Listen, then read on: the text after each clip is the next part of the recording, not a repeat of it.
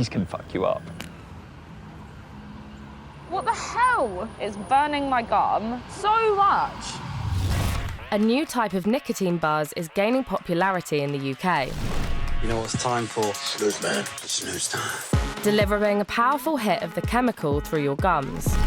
Oh my God. Nicotine pouches, aka Snus, are suddenly everywhere. Users have tripled in the last 4 years. And although labelled for over 18s, it's actually still legal to sell them to kids. I started when I was about 16. They're highly addictive. How often would you say you use them? 15 times a day. And hugely popular in professional football. But could they pose health issues? One under-18 player collapsed on the pitch. No. The companies behind these brands are experts in the nicotine game. And some shops are even flogging more harmful banned versions too. The ingredient says tobacco, which I'm pretty sure is illegal. I'm Tir Dhondy, journalist, presenter and nicotine user. Before I jump on the bandwagon, I want to know the truth about these pouches. Nicotine is not a harmless drug. As part of my investigation, I've been given exclusive access to a study uncovering the extent of snus use in professional football. Players are using this product and don't know what this product is doing to them. And we carried out our own survey to find out how the habit is affecting people outside the game, revealing some shocking results. If I could go back in time, I'd never touch it again. I want to know once and for all, are nicotine pouches more harmful than we think?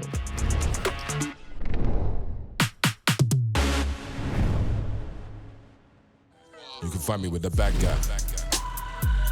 Yeah, it's got a nice buzz to it, not too heavy, you know. Until recently, I'd never even heard of snus, but it's been around in Sweden for generations, where the tobacco version of these pouches are a big part of Scandinavian culture. While these may be less harmful than cigarettes, the tobacco version could still cause cancer and is illegal to sell in the UK. But in 2019, a legal tobacco-free version called nicotine pouches arrived on the market as a reduced-risk alternative to cigarettes, sidestepping tobacco legislation. It might be niche now, but analysts predict the industry could be worth $23 billion by 2030. And if TikTok is anything to go by, it's already catching on fast, with over 100,000 mentions. I 100% recommend getting these if you're starting out. No better way to start your birthday. They're a fraction of the price of cigarettes and come in a huge range of enticing flavours. Mint, citrus, berry, bergamot. Don't know what bergamot is. Probably something quite posh. Most of the major brands measure nicotine strengths in dots, with 1 dot being mild and 4 dots being extra strong.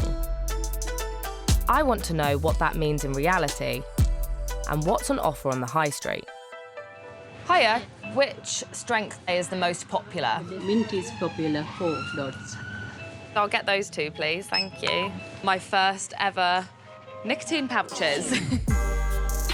I'm curious to find out if these work as an alternative to cigarettes. But then I randomly bump into my friend Coco. This is like the second time that I've bumped into him. Who tells me he recently got into them in an effort to quit smoking, but warns me they're not to be underestimated. Just put it in and get the initial feeling. Just under the corner. God. Within a few seconds, What the hell? my gums are on fire. Is it burning? So much. This is not fun. It's burning my gum. Also, can you see it on me? I look like Your I've been lips punched. are grey. I am feeling lightheaded. That is so vile. Yeah. Well, I don't want a cigarette now. Would you advise me to do them? I'd go to the gum. He's gonna fuck you up. Really? I've gone from smoking 4 cigarettes a day to 10 pouches a day. One here, and you got one here. You're joking? No. You were doing 2 at a time? 2 at a time. What strength? Serious strength. And you still want to smoke because it's not a clear swap out for them, I guess. I think having got off them and started on the gum, I think they're much lesser in strength. I'd go to the gum. While the amount of nicotine actually ingested from pouches and cigarettes can vary, the 4-dot pouch I tried contained 11 milligrams of nicotine. Your average cigarette contains around 10 to 12 milligrams. But online, I found pouches containing over 100 milligrams per pouch. That's as much nicotine as 8 or 9 cigarettes. Surely that can't be good for you. But back on the high street, I've come across something even more worrying. This was in one of the little shops that you see on the side of the street, and it was right next to the nicotine pouches. It's in Swedish, and on the back, the ingredients are tobacco. It says tobacco. This tobacco version of Snus has been illegal to sell in the UK since 1992, but we found plenty of shops now openly selling it alongside nicotine pouches. They look the same and they're sitting on the same shelf. I wouldn't know that this was illegal unless you look at the ingredients list. A different shop sold me this tin of Siberia Extremely Black, another tobacco Snus from Sweden. What? Described online as not suitable for a beginner. No. They smell horrific. Like a really mouldy, used ashtray. Like, yikes. Unlike the nicotine pouches, the tobacco version of Snus has been linked to mouth, throat and pancreatic cancer. Some people do nicotine pouches thinking that the risks are very low. So if someone's then buying this and it can cause throat cancer, mouth cancer, it isn't great if people are getting the two of them confused. The legal version might not give you cancer, but I can't say I'm a fan. So I want to find out what makes these pouches so appealing. As part of my investigation, we commissioned a first-of-its-kind survey of almost 200 nicotine pouch users aged 18 to 30 to find out more about how and why people are using them. Hi everyone! And some pouch users have agreed to chat to me in person.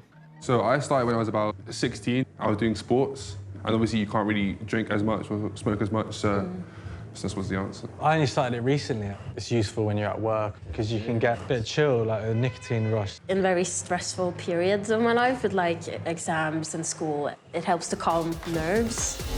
Our survey showed similar results. 30% of current users say they use nicotine pouches to relax, and 28% said they use it to feel good. I'm interested to know if any of these guys have used it to stop smoking.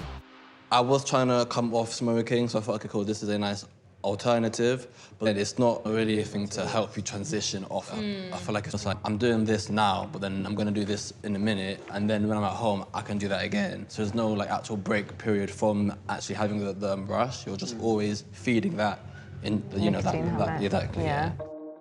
More than half of the users we surveyed started using nicotine pouches in an effort to quit smoking or vaping.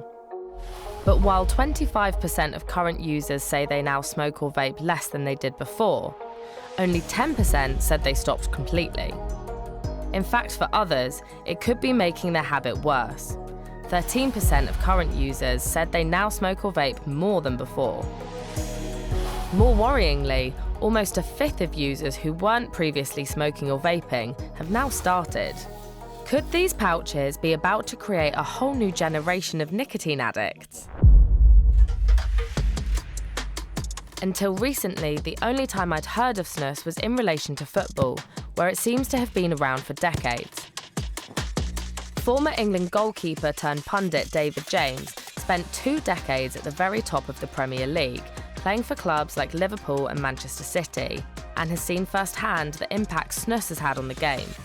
At the beginning, Scandinavian players were kind of sharing it. It was illegal to buy in England, but it wasn't illegal to get it from Scandinavia. And before you knew it, everyone you'd speak to was either on it or knew people that were on it. Straight away, it got that nicotine hit, and that was me, kind of hooked.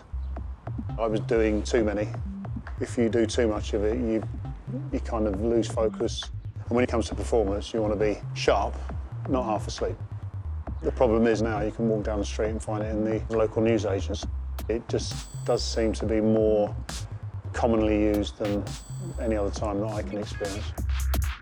Having heard how Snus took hold in football, I'm interested to know what it's like for younger players who are now surrounded by it. Do people do Snus on the pitch when they're playing? Some players do, and sometimes you'll see it around a bench, there's one there. Carl played in the English Football League throughout his 20s. Highest I played was in the Championship. That was for Doncaster, which was an amazing experience, playing some massive stadiums against some really big football teams. He says he was introduced to Snus as a young player, trying to navigate the pressures of building his career in football. I was at Wolves, got picked for the England under-20s, but I couldn't go because I was injured. God, that must have been heartbreaking. Yeah, it really was. It would have been like the highlight of my career. I ended up going to Bury, signed there for a season, and that's where I come in contact with Snus. As a younger man, I was very easily influenced. There was a player that I looked up to a lot doing it, so I thought that was cool. When I first tried it, I hated it, it was horrible, but I persisted with it to fit in socially. Sounds like a very intense environment. Do you feel like people take Snus for a bit of a relaxation? It is relaxing, and you've got a lot of expectation from, for example, supporters expecting you to play well every week, and you don't always perform to the best ability that you can. After a game, you've been beaten or whatever, the first thing you want to do is put a Snus in, just relax you out, and then it becomes a coping mechanism. For myself, it's become an addiction. Even though Carl has never smoked or vaped, Snus has left him with a serious nicotine habit. So what is it about these products that makes them so addictive? And does nicotine itself have any health risks? Hi, it's nice to meet you. Dr. Harry Tatton-Birch is a behavioural scientist at University College London who specialises in understanding addiction. Compared to cigarettes, these sort of products do remove a lot of the risks in terms of the cancers, but the biggest risk is people will try these products who don't smoke or vape.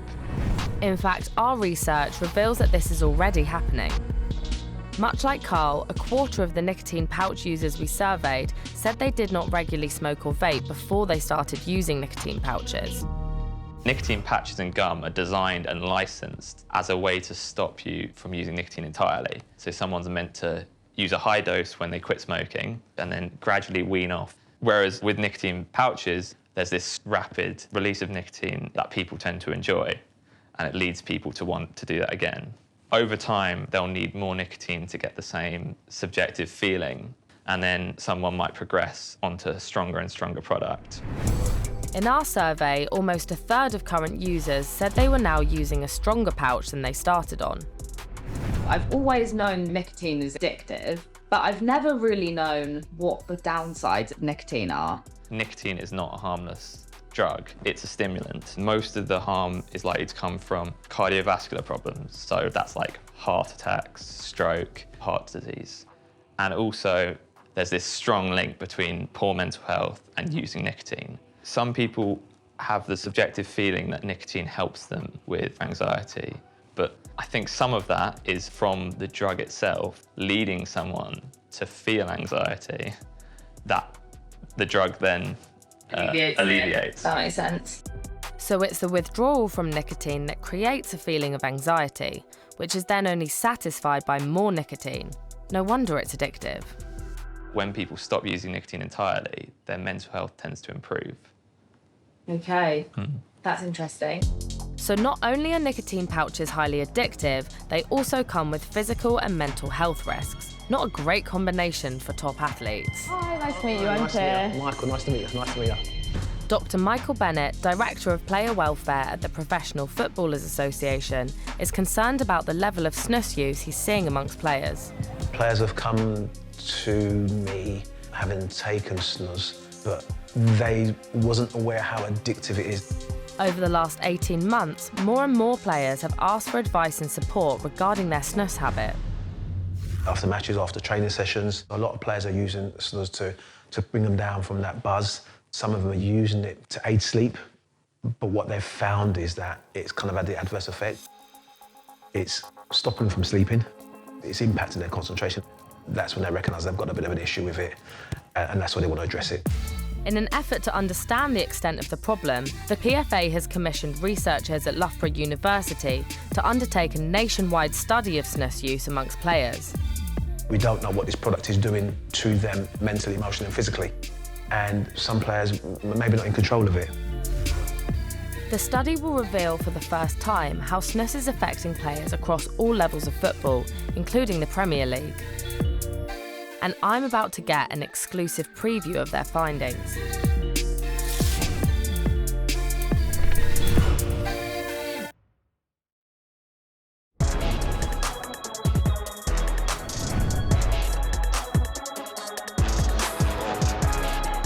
The results from the PFA study are now in, so I'm on my way to find out just how big a problem snus really is in the game. Hi Dan, nice to meet you. Hi. Dr. Daniel Reid led the research at Loughborough University, London. There hasn't been until now a collective effort to understand it and to try and do something about the problem. So really want to build a picture of what is going on, why are players using it, what do they experience when they do use it. The university surveyed almost 700 professional players from the Premier League, Championship, League One, League Two and the Women's Super League. They also interviewed performance and medical staff. We do see an even split between players that are using tobacco-based snus and players that are using nicotine pouches. Dan tells me that they found that around 40% of players have tried snus or nicotine pouches, and around a fifth are regular users. Most of those said they were using up to 10 pouches a day, but a quarter were using much more.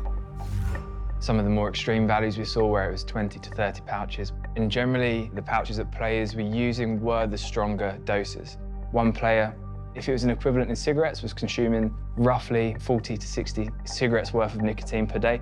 We have had stories of players filling all of their gums up with pouches, so... Oh my gosh. The highest we've heard is 8 pouches at a time. No. Like they would say, packing out the gums. More than half of players using snus reported signs of being dependent on it, and 61% of them report having withdrawal symptoms, including anxiety, depressed mood, and difficulty sleeping. What's really powerful in the data is how many players want to quit and regret ever starting. But an additional concern raised by the study is the effect on the under-18 academy players coming up through the clubs. Increasingly younger players are using snus within an academy setting. One under-18 player was a very heavy nicotine pouch user, had been using it in the morning of training, had then gone to play football and actually had a tachycardia event. A tachycardia event is when the heart goes into overdrive. They collapsed on the pitch. Largely the only reason it could be attributed to was his use of nicotine pouches. That is quite scary. These aren't necessarily safe products, and there was a lack of awareness amongst players about the nature of these products. The PFA plan to use the research to help educate players about snus use and offer tailored support to those trying to quit. If we can get this research out there and get people to understand the impact it's having on your body, I'm hoping this will make players think twice about the use of it. And if they reach out to us and they want some support, we have the tools now from the research to be able to help them moving forward. Outside the game, nicotine pouches are still growing in popularity, including among non-smokers. But our survey revealed that 55% of recent users are concerned about their level of use, and more than half experience nicotine cravings that wake them up at night. I want to find out how hard it is to break this habit. Hi, Maya. Hi. Nice to meet you. I'm Tir. 24-year-old Maya, a cultural lifestyle coach and personal trainer who has never smoked or vaped, has been open about her snus use on social media. If I'm stressed, I need nicotine. If I'm hungry, I need nicotine. She first got into snus aged 16 as a way to get a nicotine buzz without the health impacts of smoking. But her quick pick-me-up soon became a serious habit. How often would you say you use pouches in a day? It used to be just like maybe one of a morning, one of a night, but it's now at least 14, 15, and it never used to be like that. Maya uses 6-dot extra strong nicotine pouches, which pack 17 milligrams of nicotine per pouch. At 14 or 15 a day, that's around 250 milligrams, roughly the same amount as in 17 to 20 regular cigarettes. She is now finding giving up the snus much harder than she expected. I thought I'll just stop, but nicotine withdrawal, for me, it was hell. That first 72 hours, it's the hot sweats, it's the restlessness, it's the tingles in the hands, sweating, brain fog. Wow, that sounds extreme for nicotine. Yeah, I thought it'd be a walk in the park, but I wasn't in control of my own body. How long did you try to quit for? I think it was 2 straight weeks. Did not touch it, got through the hardest part. What was it that made you go back to them? Made an excuse. I was like, oh, I'm doing a long distance drive. Bought a pot. And then after that, it was like, let me go get another one and another one. Do you think that you'll try to quit again? For sure. That's the main thing that's getting me down now. I don't want to be dependent on it anymore, but I know I'm going to have to go through it again. And I know that's not an easy thing to go through. With everything I now know about these products, it's made me look at their marketing in a whole new light. While the websites for the two market-leading brands, Nordic Spirit and Velo, do have some legal disclaimers, noting that nicotine is an addictive substance, they are offering free samples.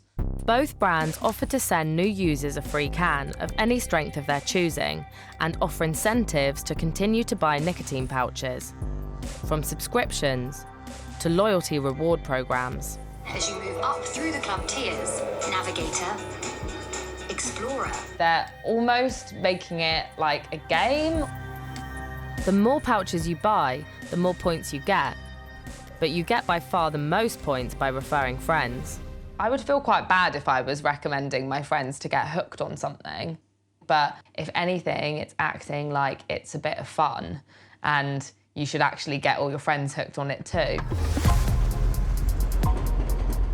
I want to find out who the bigger companies are behind these brands. Hey. I'm Tir, how are you?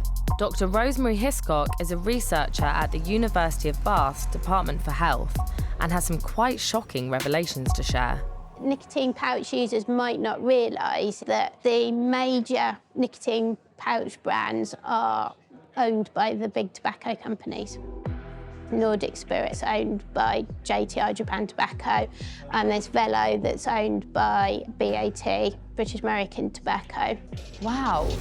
I'm amazed to learn that companies behind huge cigarette brands like Marlboro and Benson & Hedges are the same ones selling these tobacco-free products.